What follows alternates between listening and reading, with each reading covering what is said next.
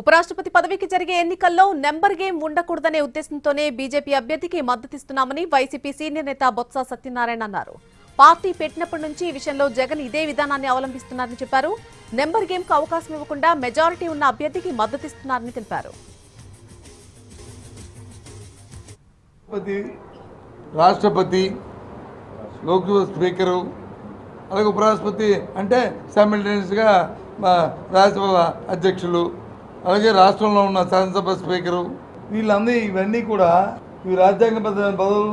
పార్టీలకు వచ్చి దీని మీద ఆపాదించకూడదు, పార్టీలకు అతీతంగా ఉండాలి.